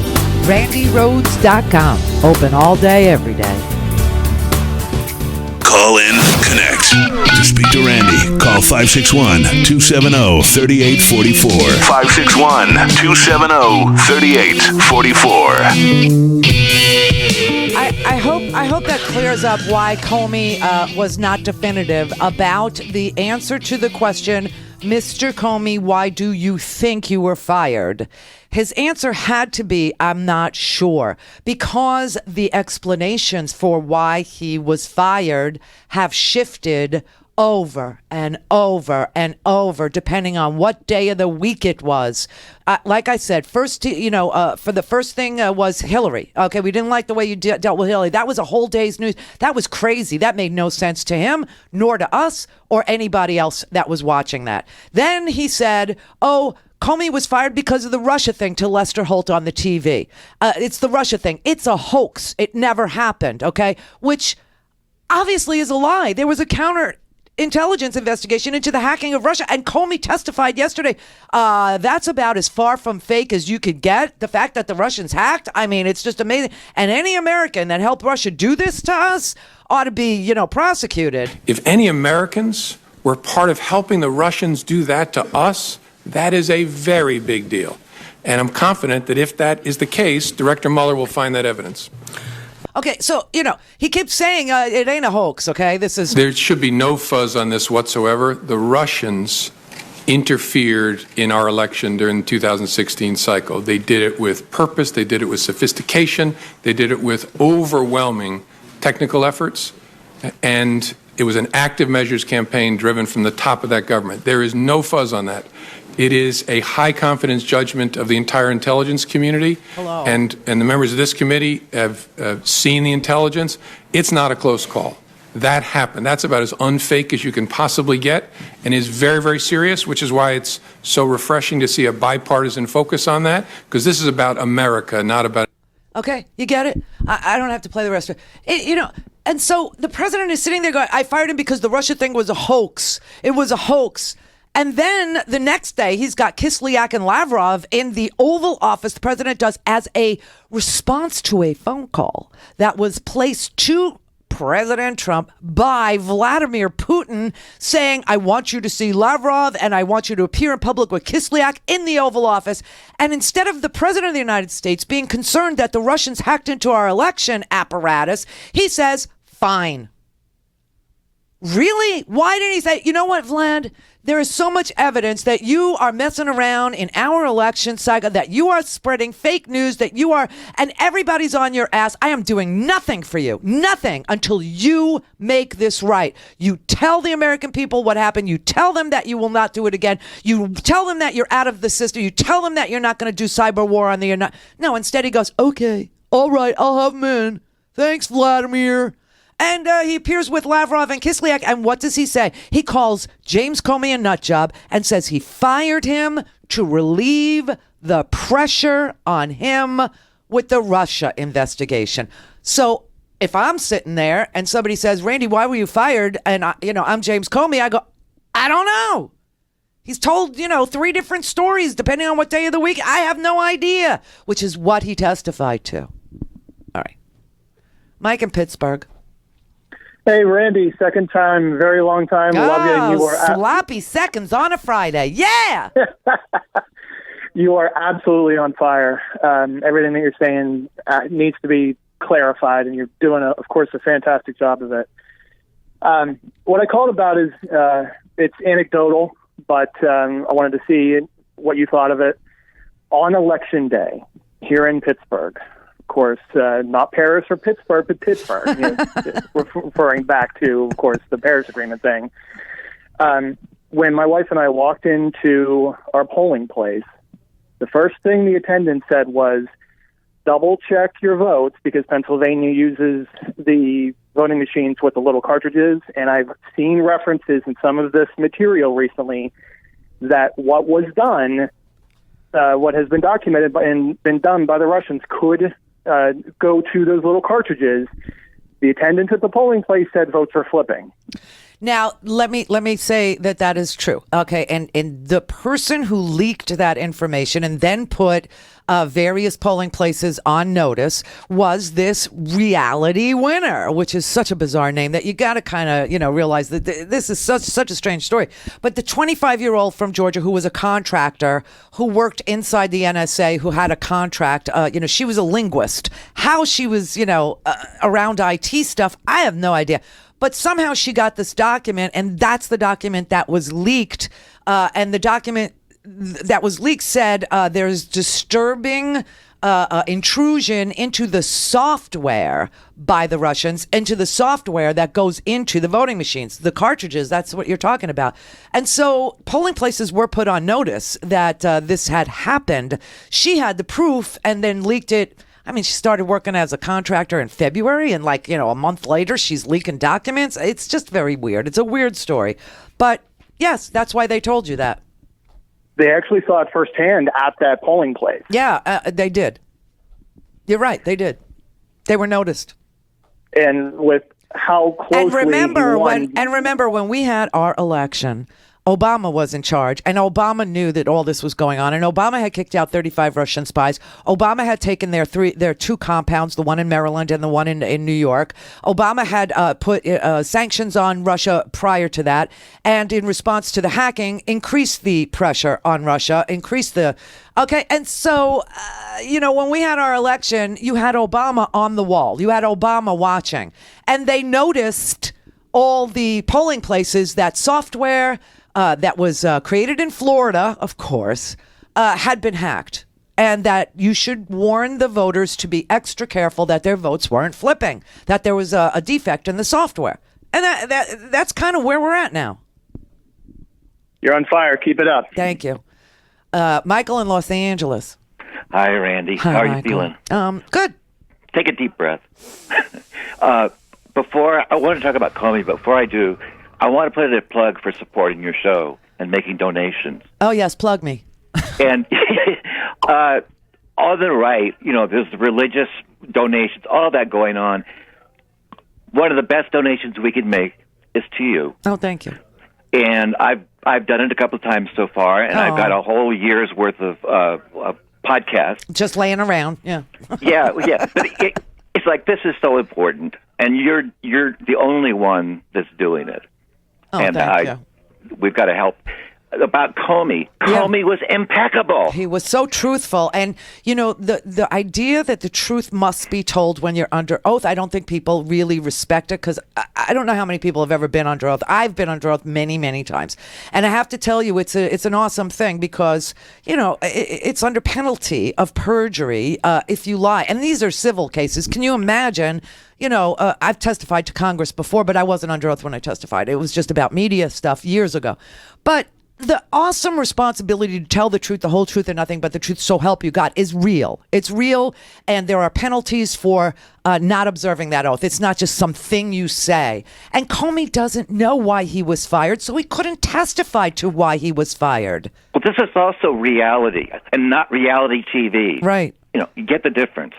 Yeah, it's very, if you've ever been under oath, if you've ever been under oath, all of a sudden everything changes. Like the way you answer questions becomes very, very super, super specific because you're kind of like very aware that what you say can be punished if you deviate from the truth in any way, shape, or form. Okay, you have to tell the truth because there's penalties. Okay, you can be held in contempt of court. You could be held in contempt of Senate. You could lose your law license in his case. You could go to jail for God's sake. I mean, there really are penalties for not telling the whole truth. And the truth that he told yesterday was the truth that he heard the president say. But the president is such a liar, as he testified, that he doesn't know how much value to put in what the president says. This is a horrible situation we're in with a president that lies so much, so often, so hard that the FBI director doesn't know what if the president says something, if he means it. Last fall, I was really angry at Comey, but I listened to you, and you convinced me. I told you. And you've been right all along. Because I'm not partisan. People don't get that. I know. And Comey, I swear to God, he is a hero. Yeah, he is. I mean, love you, dear. Thank you. Andrew in Boynton Beach. Boynton! Hey. Yay, B-Town. How you doing? I'm good. Thanks for letting me call. Sure. I'm calling because I have, like everyone who's called, I've kind of sounded like frustrated about the Comey thing, right? But then, I listen to your shows, and like I've been piecing together bits and pieces from your previous shows, and it's kind of helped me unpack why I shouldn't be frustrated about Comey. Right. And I'd like to share that with everybody. Thank you. Well, okay. So, first of all, you said Comey's a lawyer. Yes. And so he's tainted with the legal mind, You could as say you that. are. Well, as you are, and the lawyer who called you earlier today, she called up and said how he was the best witness, blah, blah, blah, blah. This is legal thinking, not like Joe Public thinking. Right, but I just want Joe Public to know that I'm not a lawyer. I have an honorary law degree, as we all know, but I'm not a lawyer. I've never practiced law a day in my life, nor would I. However, wow, stop breathing. Stop it. What? You're doing the Trump thing. That was, you hear me? Yeah. Oh, well, all right. And I got headphones on, so I could. You're right. Stop breathing for a minute. No. So anyway, I want you to keep breathing. But what I'm saying to you is, if you've never been under oath, you can't even appreciate what that means. Something does shift in your brain when you're on the witness stand, which I've been, or in a deposition, which I've been. All of a sudden, it matters what words you use, and all of a sudden, your conclusions might not be factual enough to say for sure. You have to parse it. You have to say, well, I believed that I was being fired because my boss told me that I was being fired because there were, salary cuts. But later, I found out my boss fired me because they thought I was a nut job. But then even later than that, I found out my boss thought I was putting pressure on them to tell the other employees something very untoward was going on in the company. But then even later, I found out that it was because they wanted me to pledge loyalty to them. You know what I mean? The reasons that Comey was told in public, in the Russian meeting, on the TV, privately, they were all different reasons. So he can't testify that he knows. Well, that you had a caller on, not a caller. He was I forgot his name, but he's a career intelligence professional. Malcolm and Nance. He was explaining yes, Malcolm Nance. Mm-hmm. And Malcolm Nance was on. He was explaining the difference between intelligence and evidence. Right. And how you can take the intelligence, and it takes a long time to turn it into evidence. Right. So in Comey's case, I'm thinking Comey knows that Trump is, a traitor, essentially, right? He knows this. But he can't prove it. Dealings with it. Well, exactly. And he can't say it either because it could jeopardize getting him. If it's an ongoing investigation. And that's another thing that people need to pay attention to when they re-listen to it, which I'm counting on people doing, is how many times he referred to Mueller And, whether or not they're... Exactly. Yes, he kept referring to Mueller's investigation. And he kept on saying, Mueller will find out if there's obstruction of justice. Mueller will find out if there was collusion. Mueller will find out, whether or not the president violated any laws, right? He's leaving that to... The only thing Comey testified to yesterday was Comey's experience as the FBI director interacting with Donald Trump from the first briefing when he was the POTUS, when he was the president-elect, and poor Comey had to brief the president about the dossier, the Michael Steele dossier that had salacious material in it. And Comey was trying to explain to the president, we're not investigating you for this behavior at all. But I need to give you a defensive briefing because this is going to be dropped to the press. Exactly. And you need to be prepared for it. He knew, and this is smart happening, right? Yeah. So Comey goes into this meeting knowing that Trump is dirty and still gives him an out.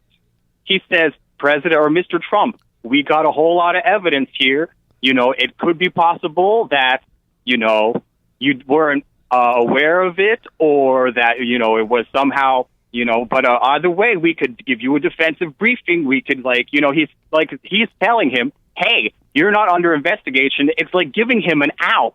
He's like, hey, Trump, if you help us clear up this Putin thing, Russia stuff, whatever happened, we won't implicate you, essentially. You won't be implicated. I don't think that was I don't think there was any deal made at all. I think what Comey had to do was tell the president, you're coming in as the president. You'll be sworn in a few days, a few weeks. I need to let you know that the Russians, are saying that they have compromat on you, that they can blackmail you. Now, remember, Sally Yates also testified to this, that Michael Flynn was blackmailable and she was fired. There is a pattern here of giving bad news to this president about various people being compromised by the Russians and losing your job because the president's position is we were never hacked. He lives in fantasy land. Well, I'm just saying Comey knows that Trump is guilty. I don't know what he knows, and I don't think that he's got the intelligence that can allude to guilt or however you want to say. What Comey has is pattern and practice. What Comey has is a bunch of dots that are connected by a pattern and a practice by the president. And the practice of the president is to fire people who bring him any information about Russia, hacking or compromising Michael Flynn, or compromising the president, or compromising anybody that had anything to do with Jeff Sessions, or anybody that had anything to do with the transition team, or anything to do with the administration currently.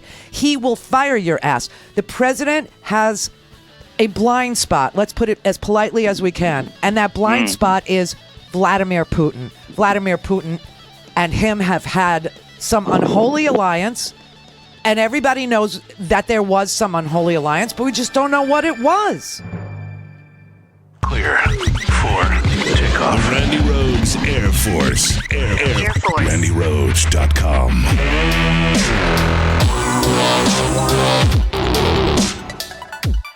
Hey, gold's on sale. Oh, yes, it is. Gold is priced well below its historic highs. You know the old investor saying, buy low, sell high? Well, stocks, they're selling at an all-time high. So now is a really, really great time to add a little gold to your portfolio. And all you got to do, call my friends at ITM Trading today at 1-888-OWN-GOLD and ask them for a free gold kit. Just learn about the different golden opportunities that are available through ITM Trading.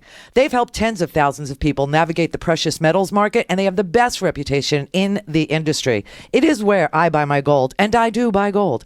ITM Trading has a wide range of gold and silver products that have been created by mints located around the world. The ordering process, super quick, very easy. Products are securely delivered to your home or office, and a 100% guarantee is offered that all the products are 100% authentic. Now, if you've been thinking about buying gold, this is the perfect time. It's on sale. Gold is on sale, but with everything going on in the economy, who knows for how long? Call 1-888-OWN-GOLD, 1-888-OWN-GOLD.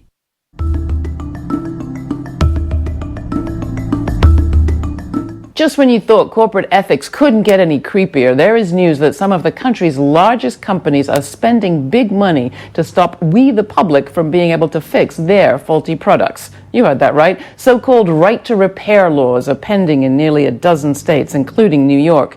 They'd require electronic companies, for example, to sell replacement parts and tools and make repair guides available to the public. Makers oppose repairs. They'd rather just sell us all new stuff or force us to sign up for their proprietary replacement parts and costly service programs. Apple, Verizon, Lexmark, Medtronic, even Toyota and Caterpillar are among the corporations who are going all out to squash right-to-repair legislation.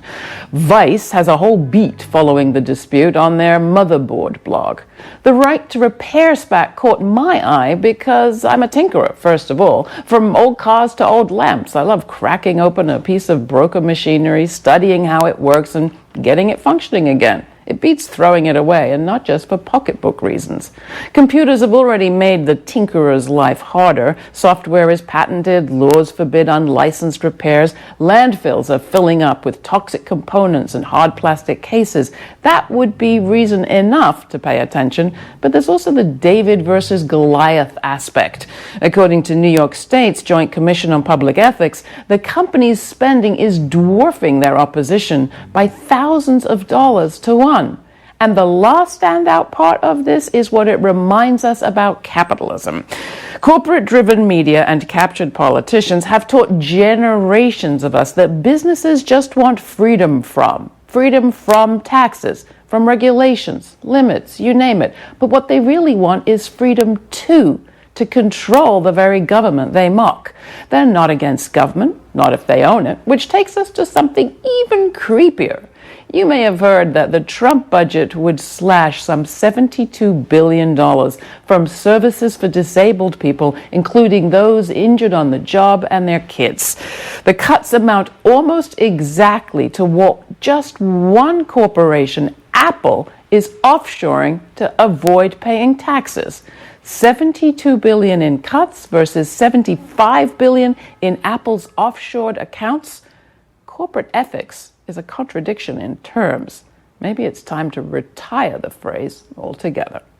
I'm Laura. You can write to me, laura@lauraflanders.com, and tell me what you think. You can also sign up for our free podcast and find all the archives of this program at our website. That's lauraflanders.com. And thanks. The Randi Rhodes Show is live on RandiRhodes.com and the free Progressive Voices app for Android and iOS. Visit the App Store or ProgressiveVoices.com now. Okay, this isn't perfectly edited, but this is Roy Blunt, and I think it's important that you hear that Comey did report every single phone call that the president made to him. And had taken no action. Hadn't even reported up the chain of command, assuming you believe there is an up the chain of command. Really? That these things had happened. Do you have a sense of that looking back, that was a mistake? No. In fact, I think no action was the most important thing I could do to make sure there was no interference with the investigation. And on the Flynn issue specifically, I believe you said earlier that you believe the president was suggesting you drop any investigation of Flynn's account of his conversation with the Russian ambassador, which was essentially misleading the vice president and others?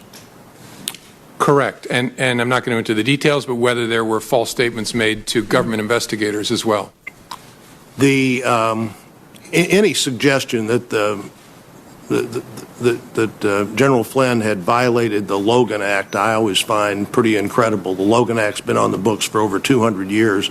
Nobody's ever been prosecuted for violating the Logan Act. My sense would be that the discussion, not the problem, misleading investigators or the vice president might have been. That's fair. Yes, sir. And had you previously on February the 14th discussed with the president in the previous meeting anything your investigators had learned or their impressions from talking to Flynn? No, sir. So he said he's a good guy, you said he's a good guy, and that was no further action taken on that? Well, he said more than that, but there was no, the action was, I wrote it up, briefed our senior team, tried to figure out what to do with it, and just made a decision. We're going to hold this and then see what we make of it down the road. Yes, sir. Was it your view that not briefing up meant you really had no responsibility to report that to the Justice Department in some way?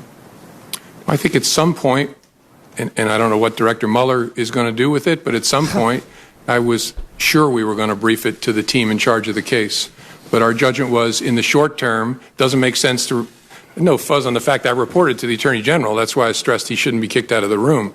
But it didn't make sense to report to him now. You know, you said the Attorney General said, I don't want to be in the room with him alone again, but you continued to talk to him on the phone. Okay, listen. What is the difference in being in the room alone with him and talking to him on the phone alone? Yeah, I think what I stressed to the Attorney General was a little broader than just the room. I said, I report to you, it's very important you be between me and the White House. After that discussion with the Attorney General, did you take phone calls from the President? Yes, sir. So why did you just say you need to talk to, why didn't you say I'm not taking that call, you need to talk to the Attorney General? Well, I did on the April 11th call, and I reported the calls, the March 30th call and the April 11th call, to my superior, who was the acting Deputy Attorney General. I don't want to run it. Okay, so just so you know, he did report the phone calls, the 2 phone calls. He reported them to the acting Attorney General and to his superiors. Okay, he did. They didn't want to brief Sessions. He thought at some point he would, but he had asked Jeff Sessions not to leave the room. He had asked Jeff Sessions to tell the president to stop calling me, and Jeff Sessions looked at him like, what do you want me to do? So they decided that they would not do anything with the information except Comey would share it inside the FBI with his superiors, with the acting deputy of the FBI. Okay, so I mean of the Attorney General. The whole Justice Department is a mess. That's why even Roy Blunt goes, so you didn't report up the chain of command because I assume there really was no chain of command. It's a mess. But he did report it every time the president called, okay? He reported it. Said he's a good guy, you said he's a good guy, and that was no further action taken on that. Well, he said more than that, but there was no, the action was, I wrote it up, briefed our senior team, tried to figure out what to do with it, and just made a decision. We're going to hold this and then see what we make of it down the road. Yes, sir. Was it your view that not briefing up meant you really had no responsibility to report that to the Justice Department in some way? I think at some point, and I don't know what Director Mueller is going to do with it, but at some point, I was sure we were going to brief it to the team in charge of the case. But our judgment was, in the short term, doesn't make sense to, no fuzz on the fact I reported to the Attorney General. That's why I stressed he shouldn't be kicked out of the room. But it didn't make sense to report to him now. You know, you said the Attorney General said, I don't want to be in the room with him alone again, but you continued to talk to him on the phone. What is the difference in being in the room alone with him and talking to him on the phone alone? Yeah, I think what I stressed to the Attorney General was a little broader than just the room. I said, I report to you, it's very important you be between me and the White House. After that discussion with the Attorney General, did you take phone calls from the President? Yes, sir. So why did you just say you need to talk to, why didn't you say I'm not taking that call, you need to talk to the Attorney General? Well, I did on the April 11th call, and I reported the calls, the March 30th call and the April 11th call, to my superior, who was the acting Deputy Attorney General. I don't. He did. The acting Deputy Attorney General. That's who. But he told him, keep it away from Sessions. Although because I had gone to him, I had gone to Sessions. I had said to him, it's important you don't leave the room. It's important you don't leave me alone with the president. It's important that you, stand in between me and the president. And Jeff Sessions refused to do that. So he reported it to the Deputy Attorney General. And at that point, Jeff Sessions had recused himself, hadn't he? So why would he then report to Jeff Sessions anything? He wouldn't. So you have to really listen. Really, really listen. Brother David. Hello, Comey. Well, hello, Comey. It's so nice to have the truth for all to see. You're looking great, Comey. Run with Yates. Comey, if I can't have Streep and Davis, you're just fine by me. Wow, Randy. Hi, chat room. Get that out of the way real quick. Hi. And you all know what to do. Buy a stinking podcast. And subscribe to the YouTube channel, which costs nothing, and follow and retweet at Randi Rhodes right now. Follow, or get out of the way. Exactly. It was so wild yesterday at the marketplace because we're in a slow period. It's out of open enrollment. So they do a lot of things where we have these hour blocks off the phone. And normally CNN is on in the break room and people are just running through and getting lunch. Oh, no. No. Everyone was gathered around the TV. Intent. And that to me spoke more than all the talking heads put together. Yes, and the young, I want you to tell you, the young millennials in my life who pay no attention to politics whatsoever, except that they do watch House of Cards. Which I do too all the time. Oh, God, it's so good. I'm only up to, I'm in season 5, but I'm only up to episode 6. So please don't spoil because this is. No. Wouldn't I dream. am going to relax this weekend. I'm going to watch the rest of House of Cards. And then hopefully it will rain all weekend and I will watch Orange is the New Black. Which I've been living through for since last season. Go on. Me too. So anyway, these millennials that don't watch anything but House of Cards, they said they were all watching him yesterday. They thought he was dreamy. Who is he? Tell me everything. It was so funny. I mean, excellent. It was. Randi, we are vindicated. Because I've had this point of view, as you have, from the front. There's something more to this than all the slime, or they wouldn't be sliming him. Well, yesterday the first domino got kicked over, and we're winning. Oh, listen, the fact that they're saying Comey is the issue. No, Comey is not the issue. No. The And issue is The issue is the president needs to, fork over these tapes or admit that he lied about the existence of tapes, and he needs to be sworn, and he needs to be under oath, and he needs to say, under penalty of perjury, that, what happened in that office. Because, listen, his story is he clears the room of everybody, including Jared, okay? Yeah. Clears the attorney general out, clears the chief of staff out, clears the whole room, clears everybody out, just to tell Comey that Flynn is a good guy? Not only does the smell test it not pass. That's what I'm saying. That's what you have to believe. If the president is telling the truth, then what you have to believe is he cleared the room just to say Flynn is a good guy. Yeah. Who would do that?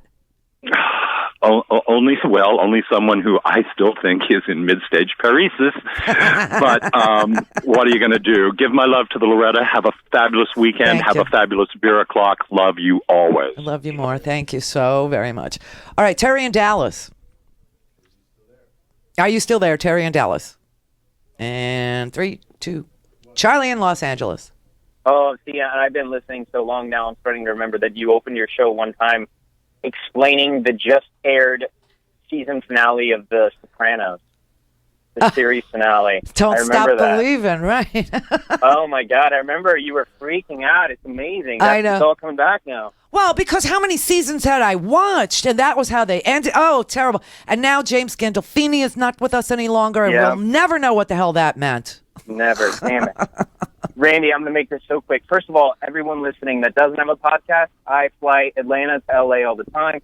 I download several episodes, and I binge. Yes, you're bingeable. I binge you on the airline, 33,000 feet in the air. It's amazing. Oh, thank you.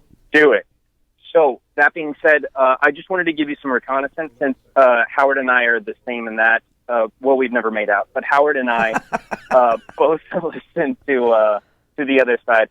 I heard Rush a couple weeks ago, not Russia, say that Kislyak and the Russians being invited to the Oval Office was him trolling the Democrats.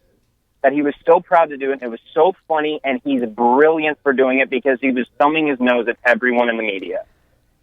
And I'm just listening to your show right now thinking about... Okay. Yes. It isn't the media. Okay, here's the thing. The Russians sophisticatedly and with dedication and an enormous amount of time, effort, money, and sophistication hacked into our election, and they're not going to go away because Donald Trump was elected president. They're not done with us. They're going to be back. They're not Republicans. They're not Democrats. They're opportunists. That is a fact. And the fact that we have a president that doesn't punish them, but instead invites them into the Oval Office to call the FBI director a nut job, and thank God the pressure is off, is problematic if you love this country. and even more problematic that his 30% of devout followers are so certain that he is now completely exonerated. What's going to happen when Mueller does announce that there are being charges brought forward? Well, that will look like Karl Rove announcing Ohio going for Obama times a million. I know. Yeah, it's going to be rough. It's going to be very, very, very rough. There's no question about it. I mean, these people are being fed a steady diet of bullcrap. I was going to play for you some Fox and Friends, but, then I felt all, mungy just thinking about looking at it. I mean, but this morning, he's been, completely vindicated. There's no There is what's crazy? You know what's crazy? He wasn't under investigation, and now he is. Trump is causing Trump's problems. He wasn't under investigation, and now he is. Why? Because he fired Sally Yates, and because he then fired James Comey, and because he has shifting reasons every day of the week for why he does these things, because he is absolutely incapable of telling the truth, because he is flamboyant, his brain is ossified, he's a 70-year-old freaking man. Ask yourself, why won't the Republicans defend him? And they won't. They won't. Paul Ryan said, here's his excuse. He's new. He's new. He's an ingenue, everybody. Donald Trump is an ingenue. Isn't this the same guy that for a year and a half was on the campaign trail saying that he knew how everything worked and only he could fix it, and that he knew how the whole government worked because he was involved in government? He was the one that was bribing the government, so he knew how the government worked. And on day one, and very quickly, he would be able to do this, and this because he understood government. Now all of a sudden, he's a idea taking a cool drink of water, and then bam, James Comey. I mean, honestly, you cannot have it both ways. What we have is a president who is covering something up and doing it poorly. And that old adage, it's not the crime that gets you, it's the cover-up. He is a living, walking clown car cover-up. This is textbook what not to do if you've let a foreign government take over the United States. But thank God he is that stupid. Because now we know. And we can stand on that wall. Be an American, for Pete's sake. Lordy. Go to RandiRhodes.com for the whole thing and a podcast. Buy a stinking podcast.